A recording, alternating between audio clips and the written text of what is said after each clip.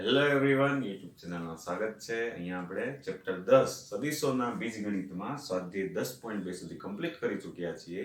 હવે સ્વાધ્યાય 10.3 માટે જે થિયરી લેવાની છે એ સમજીએ વિદ્યાર્થી મિત્રો. એમાં છે સૌથી પહેલો ટોપિક બે સદીશોનું અદિશ ગુણન. તો નામ પરથી જ ખબર પડે કે સંખ્યા સ્વરૂપે કંઈક જવાબ આવશે, અથવા એને શુદ્ધ ગુજરાતીમાં અંતઃગુણન કહીએ છીએ. આવો કન્સેપ્ટ ક્યાંક ને ક્યાંક ફિઝિક્સમાં ઉપયોગ કરી ચૂક્યા છીએ. આપણે એમને ડોટ પ્રોડક્ટ અથવા ઇનર પ્રોડક્ટ પણ કહીએ છીએ, બરાબર. હજી આગળ ક્રોસ પ્રોડક્ટ આવશે તો એમનું નામ સદિશ ગુણન થશે, કારણ કે એમાં જવાબ સ્વરૂપે ઘટકો XYZ યામ સ્વરૂપે આવશે એટલે સદિશ ગુણન થશે. તો અહીંયા અદિશ ગુણન એટલે કે અંતઃગુણનની વાત કરવાની છે. એની વ્યાખ્યા જે સમજૂતી માટે છે કે બે સદિશો આપેલા હોય અને એમના વચ્ચે ડોટ પ્રોડક્ટ કેવી રીતે વ્યાખ્યાયિત કરી શકાય એની સમજૂતી મેળવીએ. તો બે શૂન્યતર સદિશો A બાર અને B બાર એટલે શૂન્ય સદિશ લઈએ તો ડોટ પ્રોડક્ટનું કઈ મહત્વ ન હોય, કારણ કે જવાબ શૂન્ય જ આવી જાય.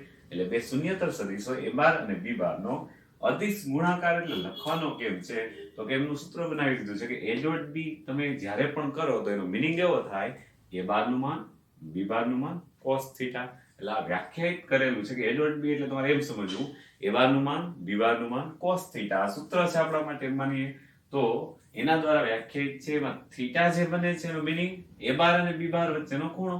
થીટા A બાર અને B બાર વચ્ચેનો ખૂણો છે. આ ખૂણો કેવા પ્રકારે હોઈ શકે? આ બે સદિશો કન્સિડર કરીએ આપણે તો આ બે સદિશો વચ્ચે ખૂણો કેવા પ્રકારનો હોઈ શકે? કાં તો 0 હોઈ શકે એટલે એક સદિશ બીજા ઉપર આવી જાય, અથવા સમદિશ સદિશો હોય તો પણ ખૂણો 0 થાય, અથવા આગળ વધતા વધતા એ ખૂણો પાઈ થઈ શકે. તો થીટાની કિંમત 0 થી પાઈ સુધીની હોઈ શકે. તો આ સદિશો વચ્ચેનો ડોટ પ્રોડક્ટ, ઇનર પ્રોડક્ટ કોઈ પણ નામ આપેલું હોય તો એને વ્યાખ્યાયિત કેવી રીતે કરવું? A ડોટ B A બાર નું માન B બાર નું માન cos થીટા. અને એના ઉપરથી આપણે તારણો લેવાના છે વિદ્યાર્થી મિત્રો કે ભાઈ A ડોટ B આપણે સમજાતો ખરી તો આ પણ મૂલ્ય છે, આ પણ એક મૂલ્ય છે, અને cos થીટા એક જવાબ મૂલ્ય સ્વરૂપે આવે તો હંમેશા એક સંખ્યા આવે છે. તો આ પ્રકારના આગળ જતા તારણો લખીશું. તારણોમાં સૌથી પહેલું વિદ્યાર્થી મિત્રો આપણે કીધું A ડોટ B એટલે કે ડોટ પ્રોડક્ટ હંમેશા વાસ્તવિક સંખ્યા આપે એટલે તેમને અદિશ ગુણાકાર કહીએ છીએ. અહીંથી આપણે કીધું માન માન અને આ પણ મૂલ્ય દર્શાવશે. પછી બીજું તારણ સ્વરૂપે આપણે વિચારીએ કે ભાઈ A બાર અને B બાર શૂન્યતર સદિશોનો મિનિંગ શૂન્ય એના માન નથી. A બાર નું માન એટલે કે A સદિશનું માન B સદિશનું માન શૂન્ય ના થતા હોય ત્યારે A ડોટ B 0 આવે તો બરાબર સમજો. અહીંયા સમજૂતી માટે કહીએ કે ભાઈ અહીંયા A ડોટ B 0 આવે એનો મિનિંગ આપણે એમ કહી શકીએ આ 0 તો A બાર નું માન એટલે કે A સદિશનું માન B સદિશનું માન અને cos થીટા 0 થયું. I શૂન્ય સદિશ નથી, I શૂન્ય સદિશ નથી. આ ત્રણેયનો ગુણાકાર 0 એટલે આપણે એમ કહી શકીએ કે આ તો શૂન્ય હોવો જોઈએ અથવા શૂન્ય હોવો જોઈએ. એકય શૂન્ય સદિશ ન હોય ત્યારે cos થીટા 0. cos નું મૂલ્ય 0 ક્યારે થાય તો કે π/2 હોય તો મિનિંગ તો એવો થઈ ગયો કે બંને લંબ સદિશો હોય.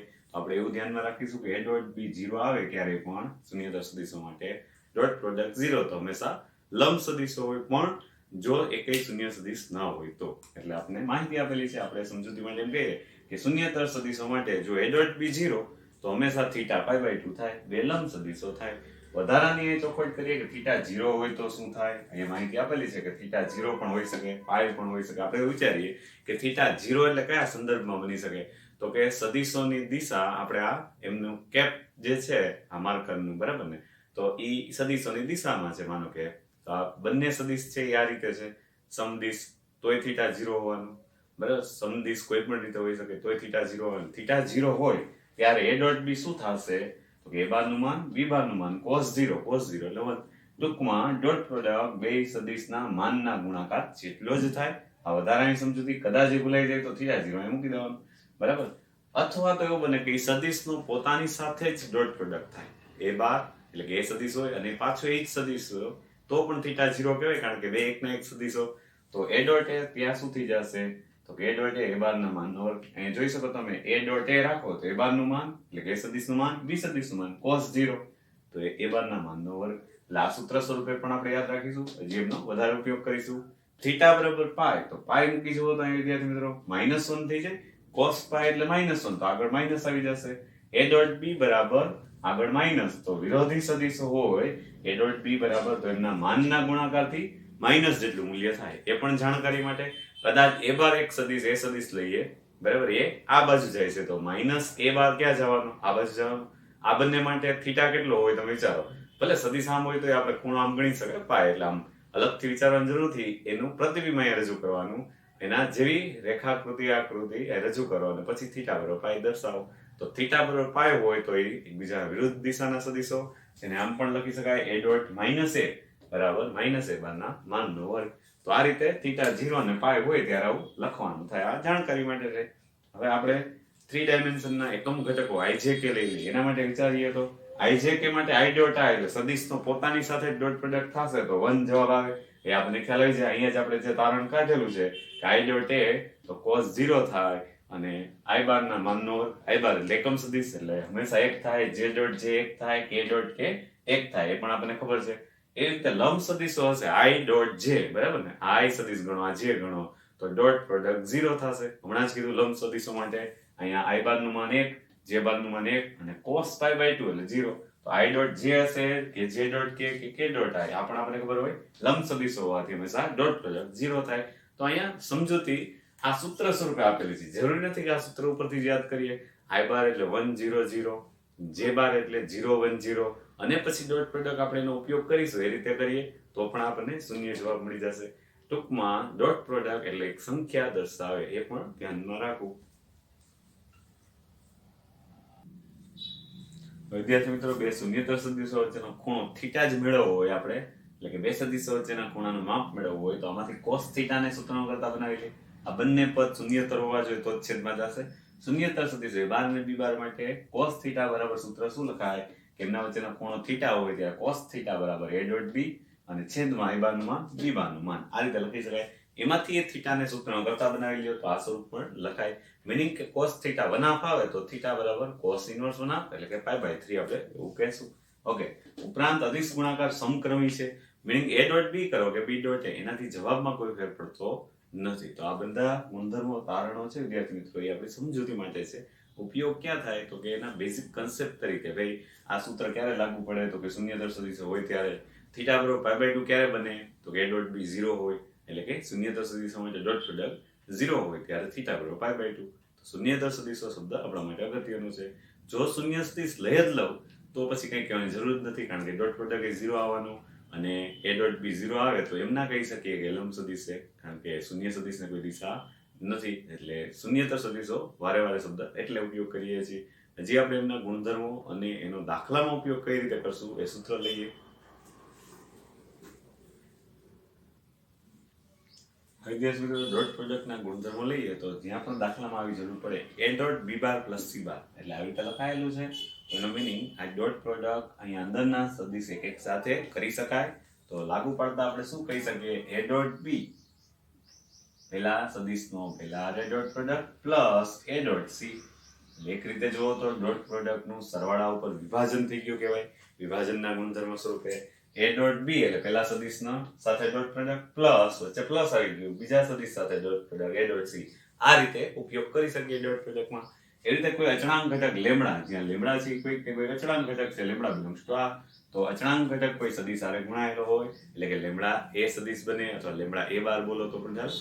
લેમ્ડા a સદિશ બને એનો ડોટ પ્રોડક્ટ b બાર હારે હોય અને કદાચ કોઈ વિદ્યાર્થી મિત્રો એમ કરી નાખે a બાર એમ નામ લેમ્ડા b બાર અને ડોટ પ્રોડક્ટ કરે તોય જવાબ ઇક્વલ જ આવશે, કોઈ ફેર નહીં પડે, કારણ કે અચળાંક છે અહીંયા ગુણાય અથવા અહીંયા ગુણાય ચાલે.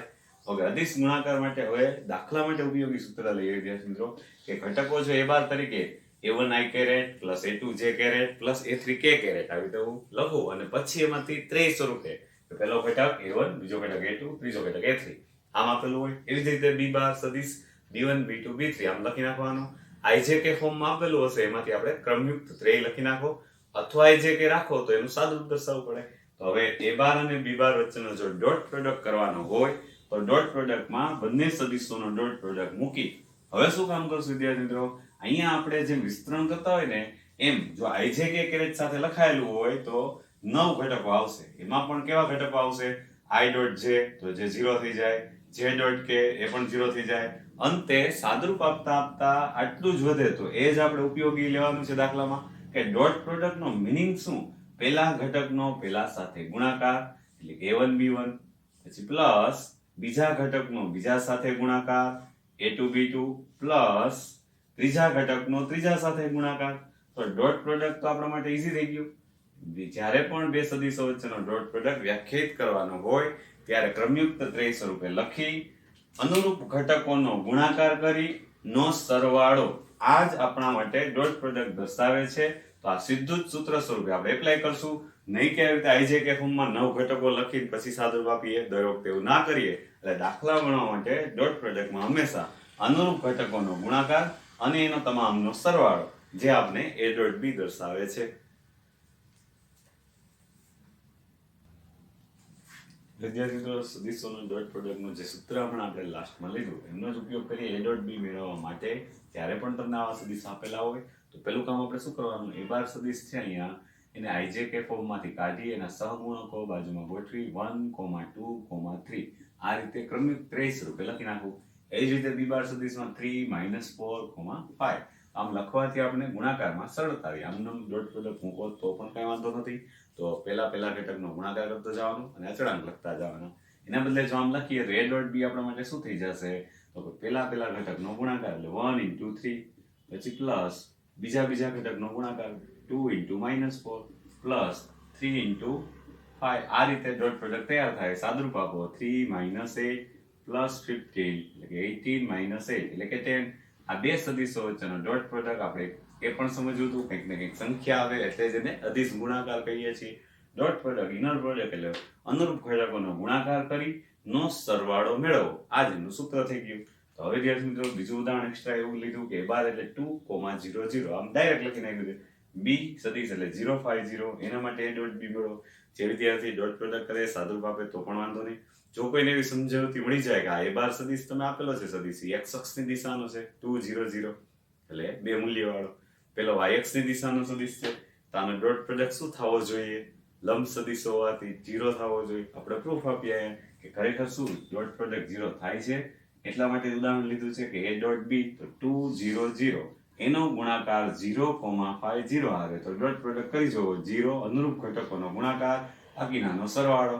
a ડોટ b 0 બન્યું એનું અર્થઘટન આપણે વધારાનું અહીંયા તો ડોટ પ્રોડક્ટ મળી ગયો પણ આપણે એમ કહીએ કે a ડોટ b 0 અને શૂન્યતર સદિશ હોય છે તો a બાર અને b બાર લંબ જ હોવા જોઈએ. તો તમે ભૌમિતિક રીતે જુઓ તો એક x અક્ષની દિશાનો સદિશ એક y અક્ષની દિશાનો સદિશ એનું અર્થઘટન લંબ સદિશ જ છે. હવે વિદ્યાર્થી મિત્રો સદિશ તો પ્રક્ષેપ આ જે ટોપિક છે એ પણ અગત્યનો. નામ પરથી જ ખબર પડે પ્રક્ષેપ મીનિંગ પડછાયો.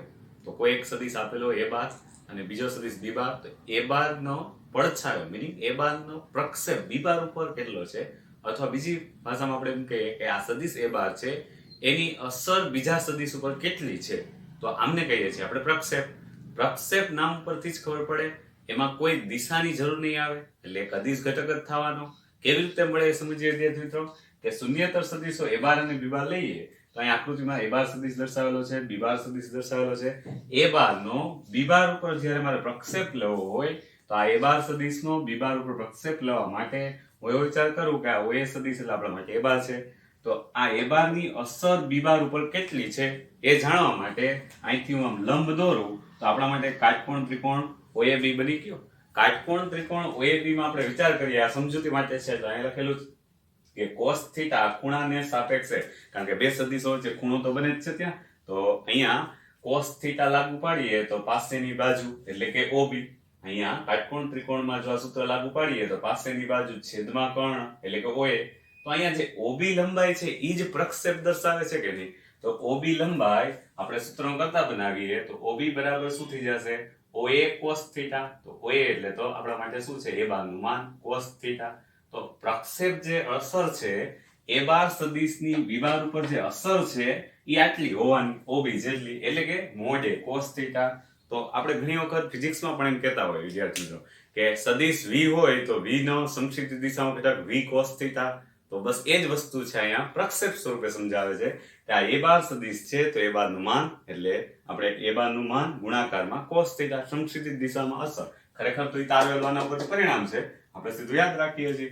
તો સદિશ a બાર નો સદિશ b બાર ઉપર પ્રક્ષેપ માત્ર જાણકારી માટે તમે આવું વિચારી શકો કે a બાર નું માન cos થીટા આ સદિશની અન્ય સદિશ ઉપર શું અસર થાય તો મોડ a cos થીટા જેટલી.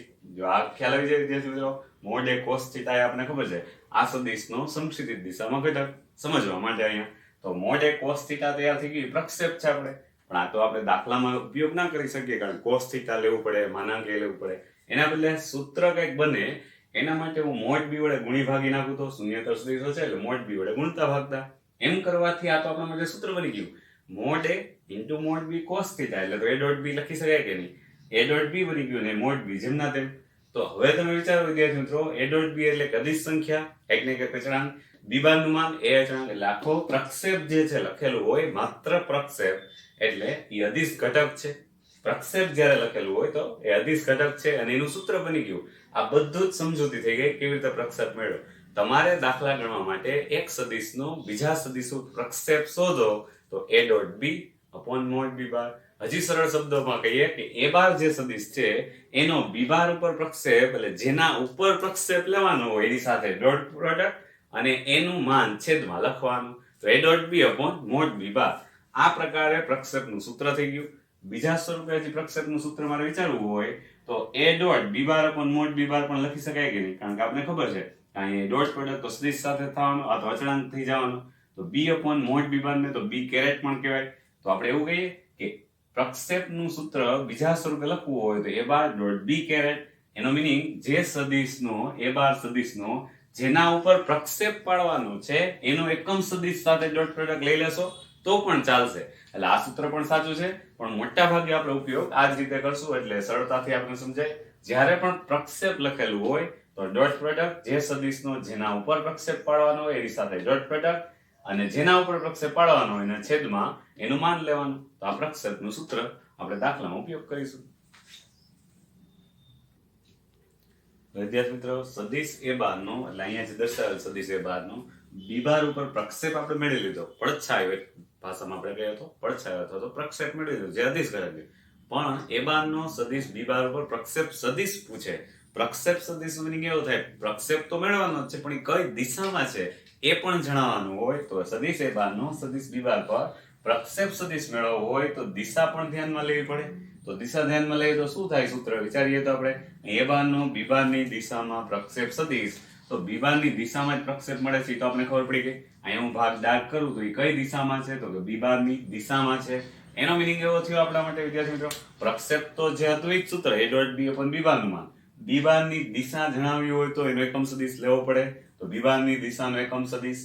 ફરી પાછું આ સૂત્રમાં એકમ સદિશ એટલે બી કેરેટ આવ્યું.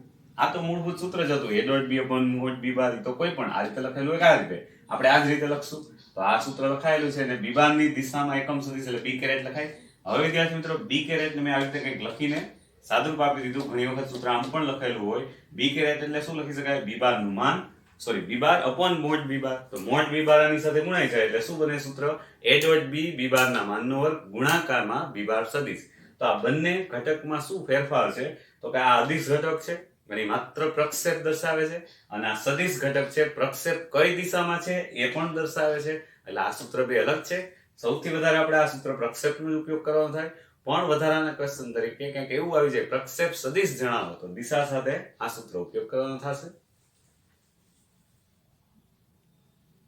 વિદ્યાર્થી મિત્રો, કેટલાક તારણો લે પ્રક્ષેપ સદિશની થિયરી જે ધારેલી છે એના સૂત્ર કે આમ તો આપણે ખબર કોઈ પણ સદિશ એ બારનો બી બાર ઉપર પ્રક્ષેપ એટલે સદિશ એ બારનો બી બાર ઉપર પ્રક્ષેપ તો મોડ એ કોસ થીટા જેટલી અસર થાય.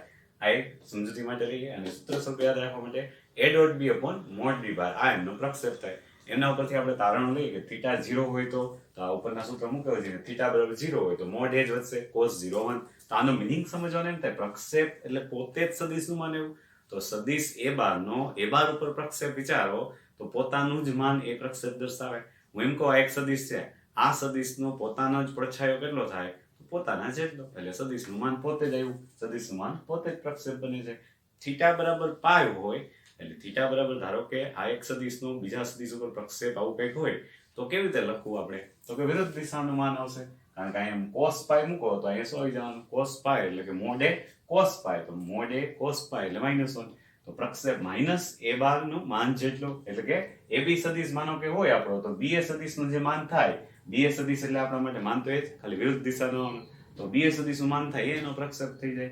એવી જ રીતે થીટા બરાબર π/2 માટે વિચારી જુઓ વિદ્યાર્થી મિત્રો. વિદ્યાર્થી મિત્રો, થીટા બરાબર π/2 માટે તમે વિચાર્યું હોય તો π/2 એટલે cos π/2 0 થઈ જાય. 3π/2 હોય તો 0 થઈ જાય તો પ્રક્ષેપ 0. મિનિંગ કે જો આ એક સદિશ અને આ બીજો સદિશ, આના ઉપર કઈ પડછાયો પડે જ નહીં, કારણ કે કઈ ખૂણો બનતો હોય તો પડછાયો પડે એવું કહેવા માંગીએ છીએ. તો થીટા બરાબર π/2 હોય તો પ્રક્ષેપ 0 થઈ જાય. હવે અગત્યનું વિદ્યાર્થી મિત્રો, આ તો માત્ર સમજૂતી માટે અવલોકન આપણે આપેલા છે એ લખી દીધા. અહીંયા એ બાર સદિશ છે એ અહીંયા ઘટકો સ્વરૂપે a1 i caret plus a2 j caret plus a3 k caret આ સદિશ સ્વરૂપે લખેલું હોય, ક્રમયુક્ત ત્રય સ્વરૂપે આમ લખી નાખીએ. અગત્યનું એનો x અક્ષ ઉપરનો પ્રક્ષેપ મેળવી. કોઈ એક સદિશ a બાર આપ્યો હોય અને x અક્ષ આપ્યો હોય તો આખો x અક્ષ તો ઉપયોગ કરી જ શકવાના. x અક્ષની દિશાનો એકમ સદિશ યાદ કરીએ તો i કેરેટ, તો i કેરેટ એટલે 1 0 0. તો આપણે આ સૂત્ર ઉપયોગ કરીએ a dot b upon b બારનું માન. તો આ બંનેનો ડોટ પ્રોડક્ટ એટલે અહીંયા સૂત્ર સ્વરૂપે આપણે લખવું હોય તો આ બેનો ડોટ પ્રોડક્ટ છેદમાં i બારનું માન. અહીંયા સૂત્ર સ્વરૂપે એક સ્ટેપ દર્શાવવું કે અહીંયા પ્રક્ષેપ કેમ બનશે તો કે આપેલ સદિશનો i કેરેટ આરે ડોટ પ્રોડક્ટ અને છેદમાં જેના ઉપર પ્રક્ષેપ પાડો છો એનું માન. તો અહીંયા આ બેનો ડોટ પ્રોડક્ટ કરવા જાય તો અંશમાં a1 વધશે છેદમાં i કેરેટનું માન 1 એટલે a1. મીનિંગ કે x અક્ષ ઉપરનો પ્રક્ષેપ a1 દર્શાવે, આ એના પ્રક્ષેપ જ દર્શાવે છે, એની અસર જ દર્શાવે છે ઘટકની.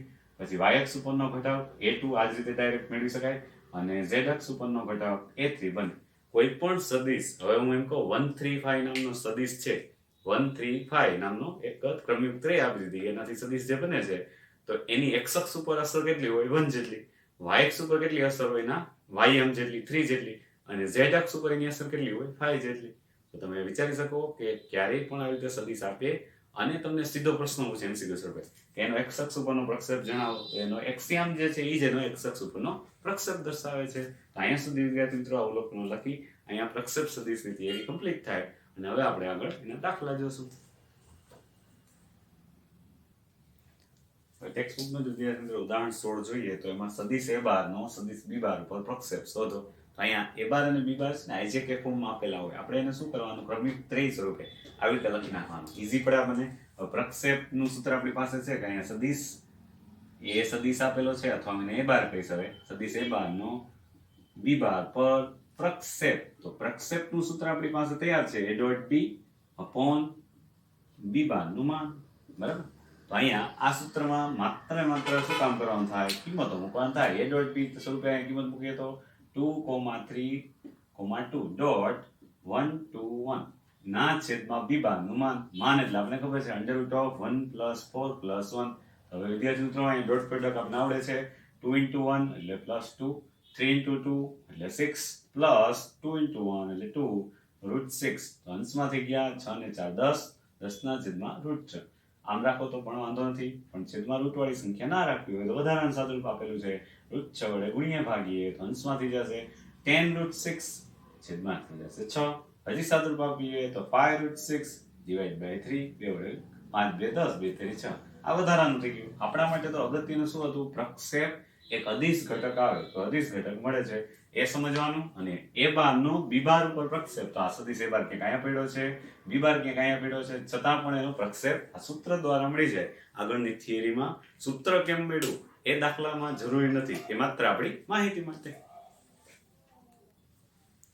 તો અહીંયા વિદ્યાર્થી મિત્રો 10.3 ની થિયરી કમ્પ્લીટ થઈ લેક્ચર, અને હવે સ્વાધ્યાય 10.3 નેક્સ્ટ લેક્ચરમાં આપણે લેશું. તો સ્વાધ્યાય 10.3 માટે આ થિયરી અને સૂત્રો અગત્યના છે, તો રિવાઇઝ કરી ફેસબુકમાં સરસ રીતે લખી અને પછી સ્વાધ્યાય 10.3 શરૂ કરવાનું છે. ઓકે વિદ્યાર્થી મિત્રો, નેક્સ્ટ લેક્ચરમાં ફરી પાછા મળીશું.